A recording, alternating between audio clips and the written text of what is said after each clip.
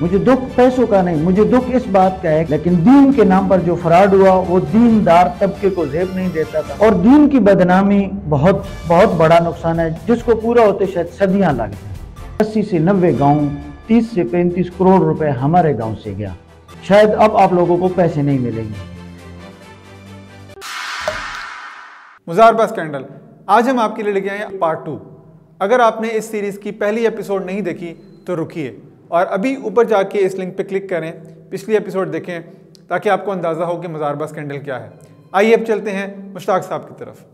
अच्छा मुश्ताक साहब, ये बताएं कि क्या ये मुजारबा स्कैंडल का जो फ्रॉड था ये आपके गाँव तक महदूद था या फिर इसके अलावा इलाकाई गाँव में भी शामिल था? और अगर था तो आपके गाँव से या जितने भी इलाकाई गाँव थे, आपको क्या अंदाज़ा है कि कितनी रकम लूटी गई?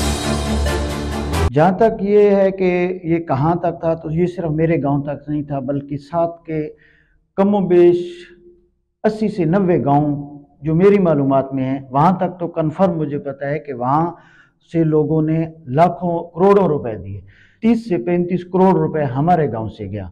सिर्फ मेरा गांव या तहसील पिंडी घेब नहीं शामिल बल्कि ज़िला अटक और उससे मुलाइका इलाके जो कि KPK के पख्तून इलाके हैं, वहाँ से बहुत बड़ी अमाउंट गई। उसके अलावा मेरी मालूमात के मुताबिक बाराकऊ से लेकर तलागंग तक ये दरमियान में जितना एरिया है, इसमें ज़िला अटक, ज़िला रावलपिंडी, वाकंड, हसन अब्दाल, हजरों से लेकर कोहाट और उसके मुलहिका इलाके, ये सब लोग शामिल हैं। और इसको करने वाले लोग इतने मजबूत थे कि बावजूद बहुत सारे लोगों ने, जिनमें मैं खुद शामिल था, कि हम लोगों ने FIA में दरख्वास्त देने की कोशिश की, एंटी करप्शन में दरख्वास्त देने की कोशिश की, लेकिन हमारी कहीं जगह से कोई सुनवाई नहीं हुई। क्योंकि बहुत सारे जानने वालों ने मुझे कहा कि ये स्कैंडल उस वक्त की हुक्मरानों और उस वक्त के बहुत बड़े गैंगस्टर की मिली भगत से हुआ है। अच्छा, यहाँ पे मैं ये जानना चाहूँगा कि आप लोगों को ज़ाती तौर पे कब अंदाज़ा हुआ कि ये हमारे साथ कुछ फ्रॉड? तो बाद में पता चला, स्कैंडल, ये सारी मालूमात तो आपको बाद में पता चली होंगी कि ये किस हद तक फैल चुका है, लेकिन अपनी ज़ात के हद तक गाँव वालों को कब अंदाज़ा हुआ कि ये एक फ्रॉड है और आपने फिर उसके लिए क्या कोशिशें की? जहाँ तक फ्रॉड के पता चलने का, तो चूँकि हर महीने की 1 से 10 तारीख के दरमियान ये लोग प्रॉफिट के नाम पर जो हमें पैसे देते थे, उस दफ़ा जब लोग गए तो उन्होंने कहा जी इस दफ़ा प्रॉफिट नहीं आया। तो जब लोगों को ये बात पता चली कि प्रॉफिट नहीं आया, तो अब लाजमी बात है जिसका माल जाता है उसका ईमान जाता है। तो लोगों ने एक दूसरे से पूछना शुरू कर दिया, चमगोइयाँ शुरू हो गई इलाकाई सतह पर कि यार ये होगा क्या, क्या नहीं होगा। तो जब दूसरा महीना आया तो पता चला जी कि वो अब्दुल खालिक साहब तो भाग गए हैं और वो किसी नामालूम मकाम पर मुंतकिल हो गए और शायद अब आप लोगों को पैसे नहीं मिलेंगे।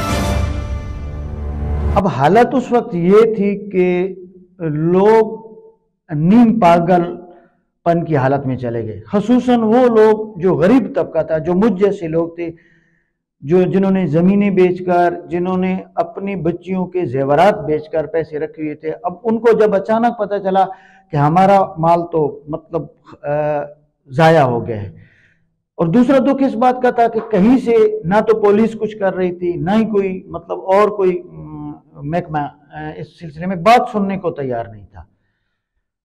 तो कुछ लोग जो एजेंसियों से तल्लक रखते थे, उन लोगों ने कुछ पैसे वसूल कर लिए, लेकिन वो भी अपनी ताकत के बलबूते पर, वरना आम आदमी को आज तक कोई सुनवाई नहीं। मैं खुद एंटी करप्शन इस्लामाबाद में गया, लेकिन मेरी दरख्वास्त जमा नहीं हुई, जबकि मेरे पास कमो बेश उस वक़्त 80 मुतसरा अफराद के फार्म थे जो हमें उस वक़्त उस मुजारबा कंपनी की तरफ से दिए गए थे, लेकिन हमें 3 दिन तक बातों में उलझा कर वापस भेज दिया जी अब कुछ नहीं हो सकता आपका। अच्छा, ये ज़रा थोड़ा सा बताएं। आपने बताया कि जी वो बाद में उनकी कोई सुनवाई नहीं हुई, कुछ पता नहीं चला, सब ऐसा लग रहा है कि सब कुछ हवा में था। तो मैं ये जानना चाहूँगा, जब पैसे जमा होते थे, जब वो पैसे जमा करते थे, उसका क्या तरीकाकार होता था और वो कहाँ जाते थे? आपको कोई रसीद मिलती थी या वो कागज़, कोई डॉक्यूमेंटेशन कुछ आपको दिखाते थे जब कार्रवाई हो रही होती? जब पैसे जमा होते थे तो वो लोग एक फार्म देते थे जिस पर जो भी अमाउंट जमा कराई जाती थी उस पर दर्ज होती थी। बस हमारी कम अक्ली भी है, जहालत भी है कि हम लोगों ने तस्दीक नहीं की कि ये फार्म आया अदालत में वैलिड है नहीं है, या इसकी कोई कानूनी हैसियत है या नहीं है। तो जब बाद में ये स्कैंडल मंजर आम पर आ गया कि पैसा ज़ाया हो गया, तो उसके बाद पता चला जी कि ये तो एक टोटली एक फर्द के बनाया हुआ फार्म था और उस पर जो साइन थे वो भी जेली थे। इसमें सबसे बड़ा किरदार लोगों की जहालत का है, लोगों की लाइल्मी का है। लोग असल में भीड़ चाल की वजह से बहुत ज़्यादा मार खा गए। बिल्कुल ठीक। हम तो 8 साल बाद आज इस बारे में बात कर रहे हैं, लेकिन जो लोग इसके मुतासरीन हैं, जिन्होंने अपनी जमा पूंजी इस पे लगाई, आप भी उसमें शामिल हैं, क्या वो लोग इसमें से अब तक निकल पाए हैं? इसके लिए इन्होंने जो भी अपने ख़र्चा वगैरह इसमें डाला था, और क्या वो जो इसके बारे में सोचा था वो इसमें से निकल पा चुके हैं अब तक?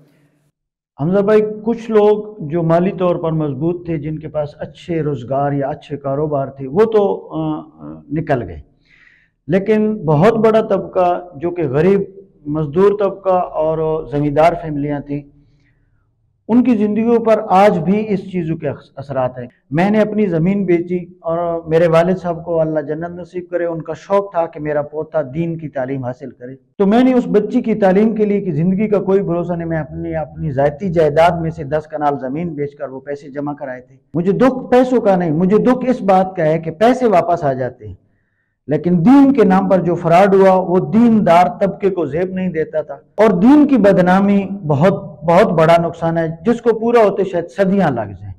काफ़ी लोग ज़हनी तौर पर मरीज बन गए कि जो आज भी इस शौक में हैं कि उनके साथ ये क्या हुआ। अलबत्ता मेरी फैमिली का एक बंदा है जिसने अक्लमंदी का मुजाहरा किया, उसके पास एक आदमी बाकायदा प्लांटेड भेजा गया, उसके पास उस वक्त भी तकरीबन 2013 के एंड की बात है, 2 से सवा 2 करोड़ रुपए थे। तो उससे बात की गई कि भाई आप क्यों नहीं जमा करवाते, जबकि सारा गांव सारा इलाका इस चीज़ से मुस्तफीद हो रहा है। तो उसने कहा कि आप मुझे अदालत में जाकर एक स्टाम्प लिख दें कि जब भी कोई मसला बना, को मेरा पैसा ज़ाया हुआ, तो मैं किसी कंपनी किसी इदारे को नहीं पूछूंगा, मैं डायरेक्ट सीधा सीधा आपसे पैसा लूँगा। तो इस बात पर वो बंदा जो भेजा गया था वो खामोश हो गया और वो वापस चला गया। ये मेरा ज़ाती फैमिली का बंदा है। तो बाद में जब महीने 1.5 महीने के बाद ये मुजारबा स्कैंडल का राज फाश हुआ, तो सब लोगों ने उसको शाबाश दी कि यार तू वैध बंदा था जिसने इतनी तहकीक और अक्लमंदी का मुजाहरा किया। तो उसने कहा कि बात यह है, जब आप अपने हलाल की कमाई कमा कर किसी के हवाले करते हैं, तो उससे पहले आप कम अज कम इतनी छानबीन जरूर करें कि क्या आप जिस जगह सरमाया लगा रहे हैं वो महफूज है या नहीं। इंपॉर्टेंट बात इन्होंने की है। सिर्फ आपने ये सोचना है कि आपकी हक हलाल की कमाई है, जो जमा करने में आपको सालों लग जाते हैं और आपका खून पसीना एक हो जाता है, जब आप किसी के हाथ में दे रहे हैं, इतना तो बनता है आपका कि आप उसके बारे में थोड़ी सी छानबीन कर लें। बेशक आप अच्छी नीयत से कर रहे हैं, आप वो इंसान भी आपके ऊपर आप उसके एतमाद रखते हैं, लेकिन जिस तरह से हमें हर तरीके से एडवाइस है कि लिखत पढ़त होनी चाहिए, दीन में भी कहा गया है, और भी डॉक्यूमेंटेशन के बहुत सारे फ़वाइद होते हैं, आप थोड़ी सी छानबीन कर लें। हमारे सामने मिसाल मौजूद है कि एक पूरे भेड़ चाल के माहौल में एक बंदे ने अक्लमंदी का मुजाहरा किया तो वो बच गया। आज के लिए मैं आपका बहुत शुक्रगुजार हूँ।